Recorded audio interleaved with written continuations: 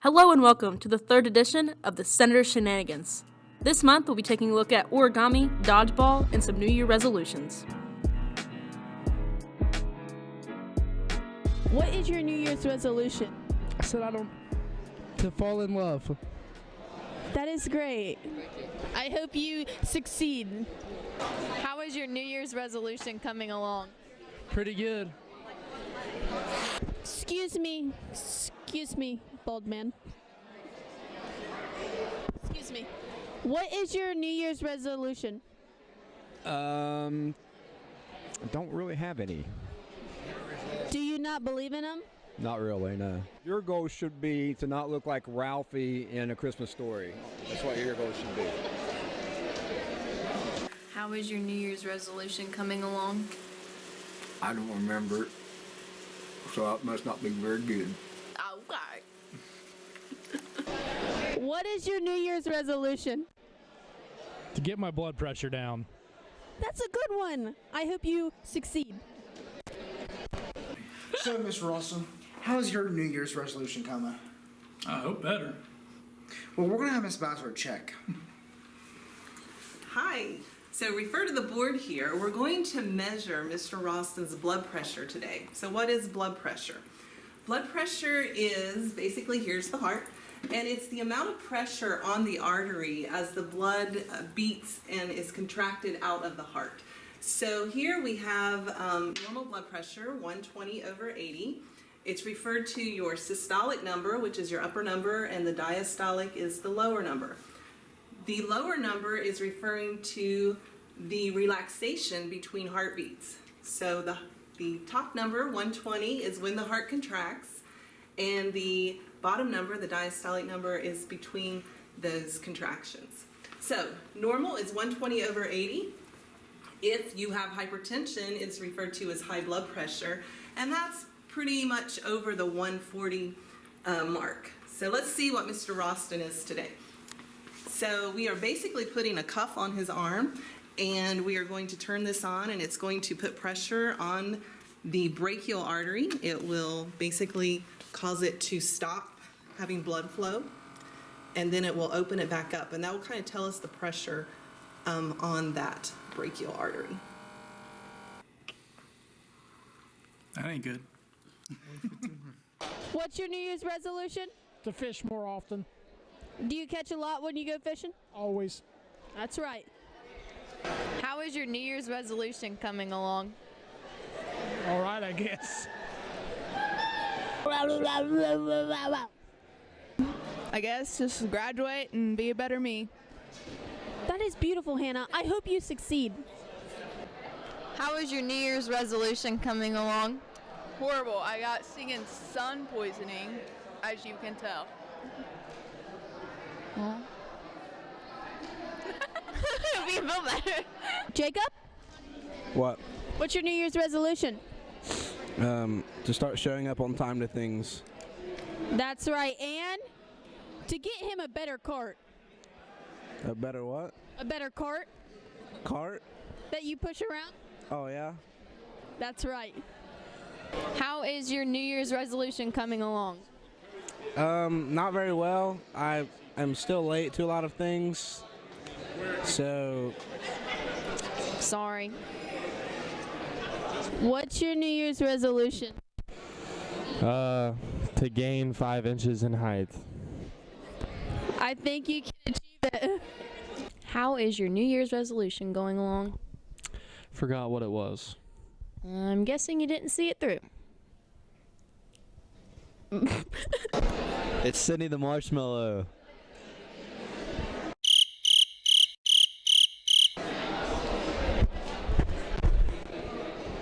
What is your New Year's resolution? I don't have a New Year's resolution. Did you know that 85% of them fail by mid-January? Interesting. So you don't believe in them? No, I think they fail. But I do want to focus more on myself this year. Do some yoga. Yoga. That's nice. Thank you.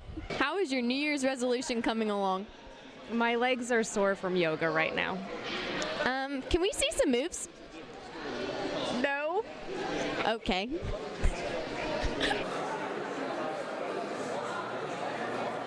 This weekend, February 10th and 11th, our students will be putting on a musical production of We Will Rock You, the music of Queen.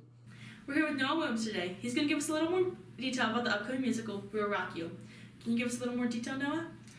Well, We Will Rock You is what we call a jukebox musical, which means we don't follow a particular set storyline.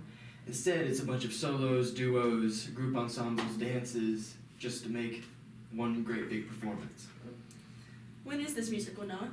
This musical will be the weekend of February 10th, and I believe it lasts for 3 days. What's it about? Well, again, there's no set storyline for We Will Rock You, but all of us still tend to act and pour our entire souls out into the songs we're performing to still give a very vivid and colorful performance. What's a typical day like preparing for this musical? Putting on knee pads, sweating a little bit, straining your voice a little bit because Freddie Mercury was an absolute beast. But it's hard work, but it's fun work. Would you like to sing a little song for us? I unfortunately cannot sing for you, but if I can get Buddy Perry in here, we're going to play a little game. Come on.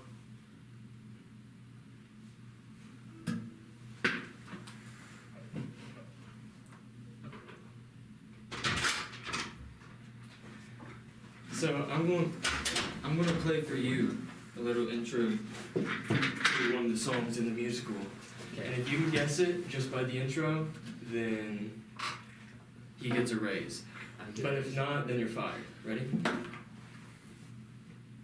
No,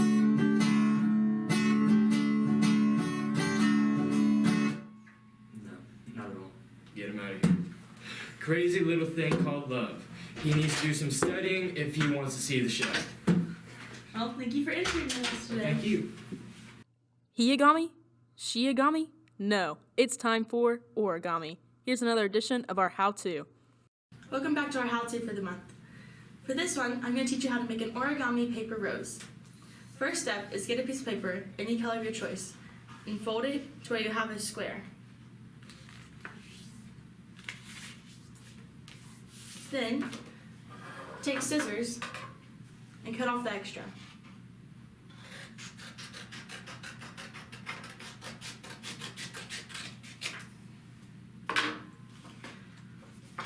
Open it up and fold it in every direction.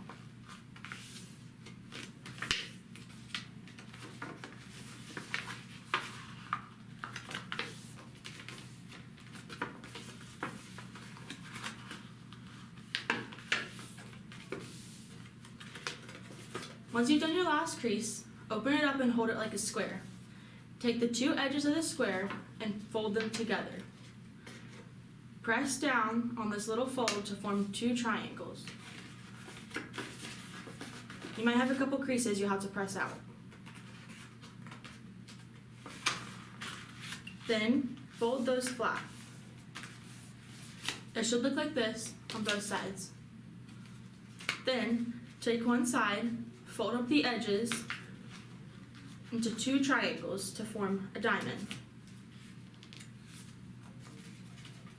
Repeat that on both sides.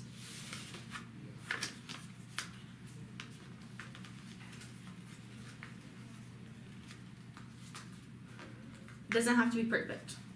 Once you've done that, take your triangle and open it up. Take the point of it and fold it to the other point. It'll form a little square. Do that to all four of them.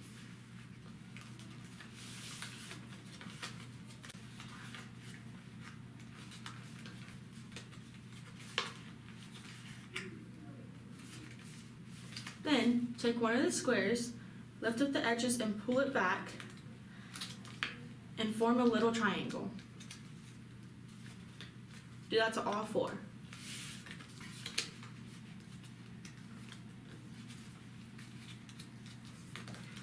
After you've done that, you'll notice this little flap down here. Take that and fold it up on both sides. Then take it and open it up to where you fold what you just did into the center.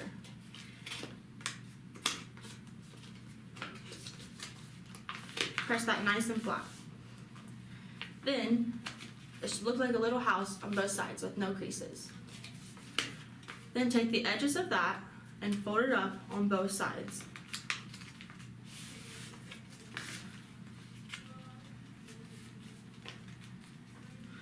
Then you'll have a little flap there on each side too. Fold that up. Then it should look like you have a little boat. Now, go to the bottom of it and fold it open like this. It doesn't have to be perfectly creased, but it's going to form a bottom, kind of like a little square. It'll have a base for it to sit on. Then, open it up to where it kind of looks like this. Take the top, pinch both sides, and then just twist from the top. It'll start to twist into a flower. Make sure you twist it nice and tight so it stays. Doesn't have to be perfect. Roses aren't perfect. Then take your little petals and fold them out. Adjust it to however you like it. Then you'll need a little paper stem. Just take a green piece of paper, roll it up, and tape it closed. Go to the bottom of your flower, and there should be 4 little folds. Pick one and stick the stem inside. Soon, you can have a half dozen roses. Take me out to the dodgeball game. Take me down to the gym. What are your predictions for the dodgeball tournament? Oh, we're gonna win. Easy. Who is your MVP? Windsor. Right here. Give me some.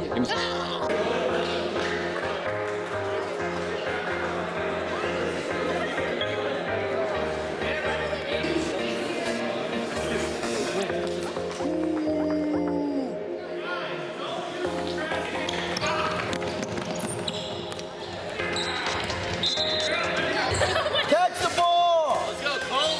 T, use them hands. Jack, just shoot on me everything.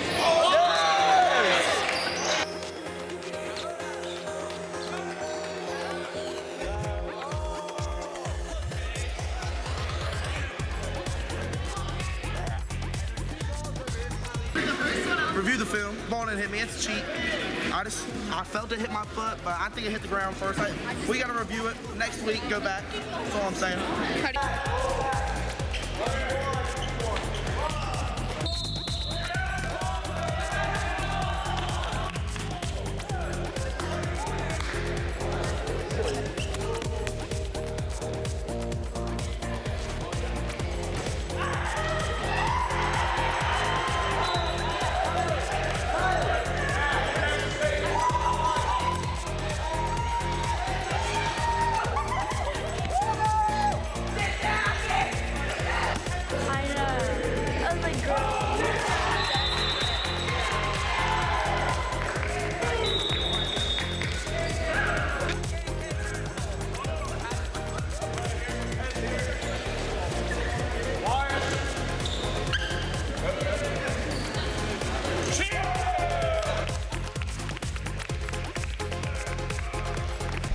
Okay, how do you feel that you lost?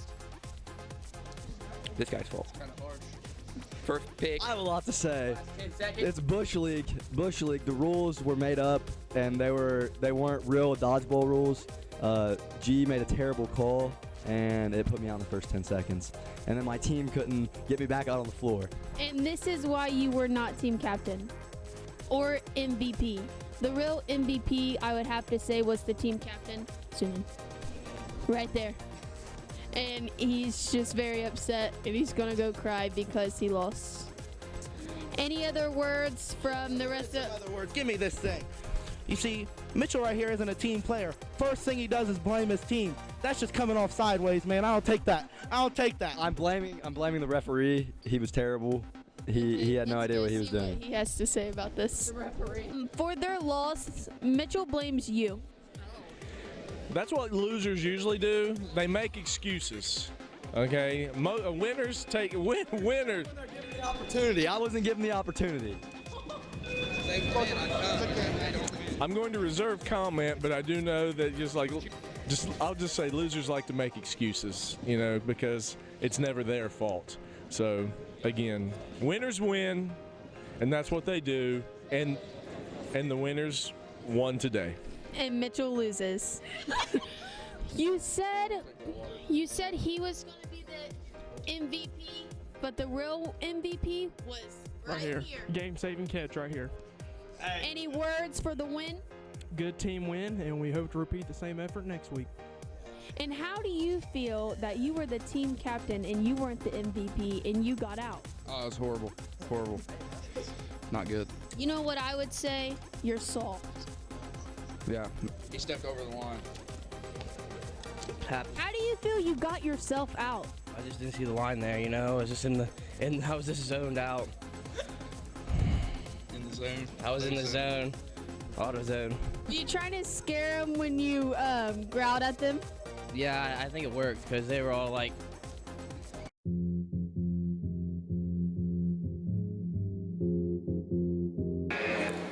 What do we do? Stay still.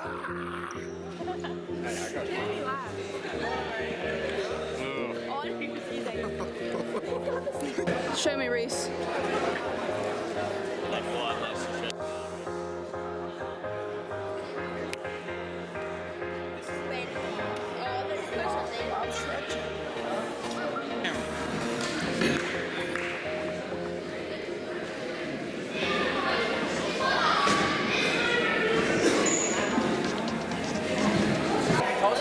Yeah.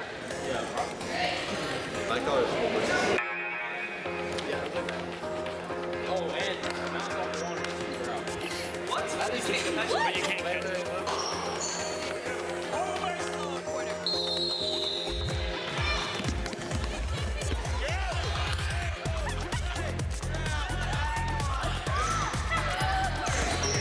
Be the first person out.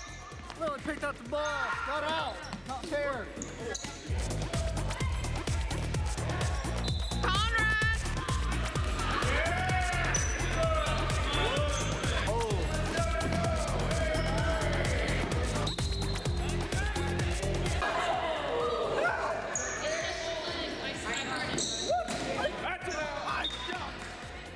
Reach back in, Ryan. Cut the ball.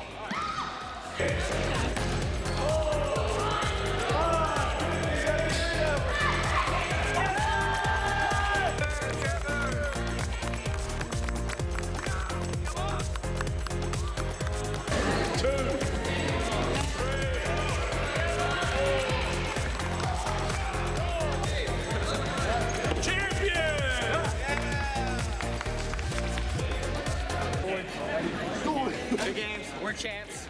2-0, we're champs. We're champs. No.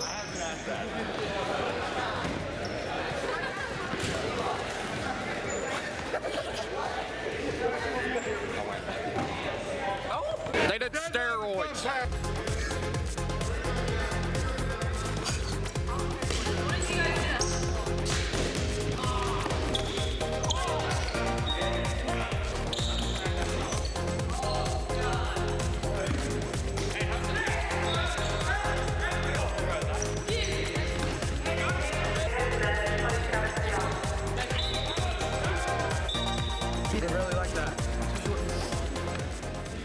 Thanks for watching. Make sure to subscribe. Bye.